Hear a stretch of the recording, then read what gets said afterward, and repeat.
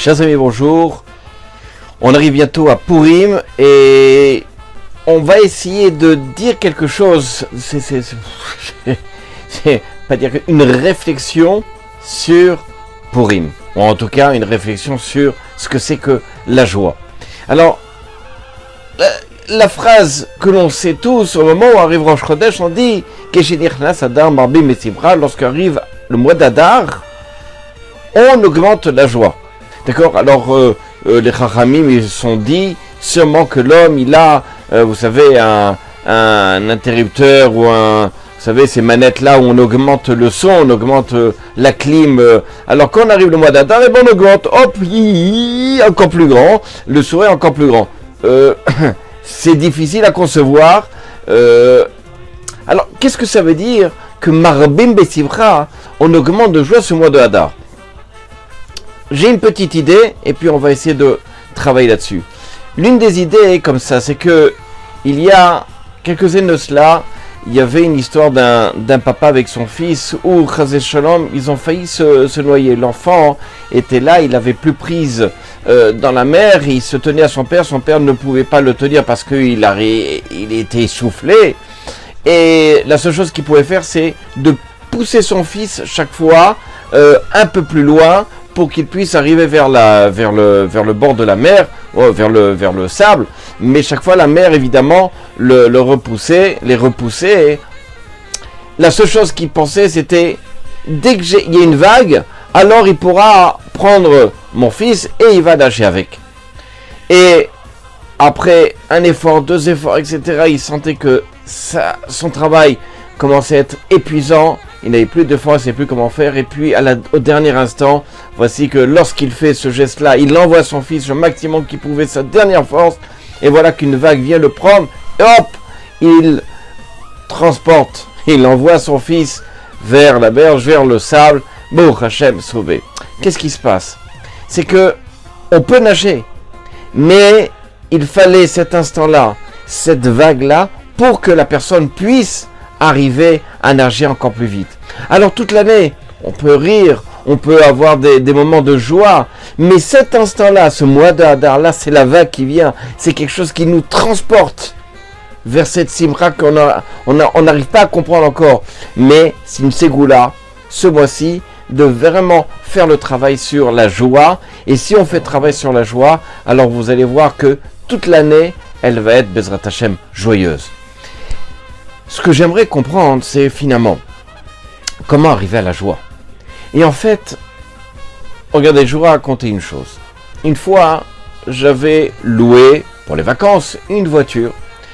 Et bien entendu, qu'est-ce qu'on me donnait? Une voiture à bas prix. C'est une petite Renault, un petit truc comme ça, une petite Peugeot 205. Bon. À la surprise, c'est qu'ils n'avaient plus de voiture. Qu'est-ce qu'ils m'ont donné? Une Mercedes, le dernier modèle. J'étais là, waouh, oui, on n'en a pas d'autres. Et quand vous avez commandé une voiture, ben c'est ce qu'on avait sous les mains. Imaginez le plaisir que j'avais de rentrer dans une Mercedes automatique, les sièges en cuir, je ne me rappelle plus exactement.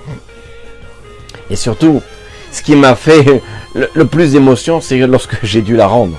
Après une semaine, je ne voulais pas m'en séparer. C'était difficile pour moi. Et je m'en suis rendu compte. C'est que finalement, combien on s'attache aux objets, même s'ils ne sont pas les nôtres. C'est une location. Et je dis, oh, vous êtes sûr que vous voulez la reprendre la voiture? Si vous voulez, vous payez. Non. Mais finalement, même dans une location, on s'attache. Même quand quelque chose n'est pas à nous, on s'attache. En fait, c'est pour vous dire comme ça. C'est que finalement, rien n'est à nous. Akadosh Baruch Hu, il peut nous enlever toutes les choses. Lorsqu'on voit en ce moment toutes les difficultés qu'il y a, la seule chose qui ne peut pas nous enlever, c'est la simcha. Mais la simcha, elle provient de la émouna. C'est quoi cette émouna? De savoir que tout vient d'Akadosh Baruch Hu. Et lorsqu'on sait que tout vient d'Akadosh Baruch Hu, alors on a cette joie pnimi, cette joie intérieure que rien ne peut nous l'enlever. Je vais raconter cette histoire de ce roi qui malheureusement est tombé gravement malade, où les médecins n'avaient d'autre conseil qu'un seul conseil. On dit, écoutez, on a tout essayé. les médicaments ne marchent pas, tout ce qu'on a, les diagnostics ne sont pas bons, mais on voit une chose, c'est que apparemment, dans la petite boule de cristal, il faudrait que vous portiez un habit d'un homme qui est parfait dans la vertu de la simcha. Alors le roi, évidemment, il a mis en place toute son équipe, allez me chercher cet homme-là. Et ils sont allés chercher dans tout le pays, et ils ont trouvé un berger. Un berger qui était heureux de ce qu'il avait. Ils lui ont demandé, mais s'il vous plaît, c'est pour le roi, il est très malade, et on aimerait vous prendre le manteau. Alors il leur a dit, mais je ne peux pas vous le donner, je n'ai que ça, je n'ai pas d'autre manteau. Ce berger-là, il avait une simcha extraordinaire. C'est de montrer qu'il ne manquait de rien. Il avait tout ce qu'il voulait. Et ça, c'est la véritable simcha. Mi'ashir à Samer Mecheko, qui est le riche, c'est celui qui se contente de ce qu'il a. Il est heureux de ce qu'il a. Et ça, c'est important d'enseigner à nos enfants. De savoir que on est dans une société de consommation, on veut chaque fois plus. Mais d'être capable de se concentrer à ce que l'on a et d'être makir toda, de reconnaître le bien dans ce que l'on a. Et ça, c'est un travail journalier, je le évidemment, mais lorsque l'on travaille là-dessus, lorsque l'on travaille sur cette façon de voir que ce que j'ai, c'est quelque chose que personne n'a, c'est ce qui me donne le maximum de joie. Alors effectivement, je travaille sur cette émouna. Lorsque je travaille sur cette émouna, je travaille sur cette joie. On peut m'enlever tout. Mais il y a une seule chose qu'on n'en enverra pas. C'est cette joie. Cette émouna que j'ai, que à kol et tova, que tout est pour le bien. Et lorsque je sais comme ça, lorsque je comprends cette façon de voir dans la vie, alors évidemment, il n'y a qu'une seule chose que l'on peut voir sur le visage d'une personne, le sourire. Alors, en tous les cas, je vous souhaite Purim Sameach, Bezrat Hashem, ayez le sourire et tout le temps le sourire, et Bezrat Hashem, Akadosh Baruch Hu. Vous savez, je vais vous dire une chose. L'admor de Salodni, il dit comme ça, c'est Goula. Lorsque quelqu'un ne va pas bien, il a raté son examen, ou etc. Enferme-toi, regarde-toi dans le miroir, et fais les grimaces les pires, comme ça, toutes les pires grimaces.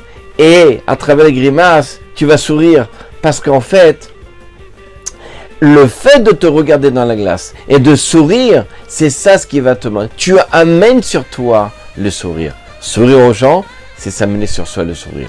Sourire vers le bonheur, c'est amener sur soi le bonheur.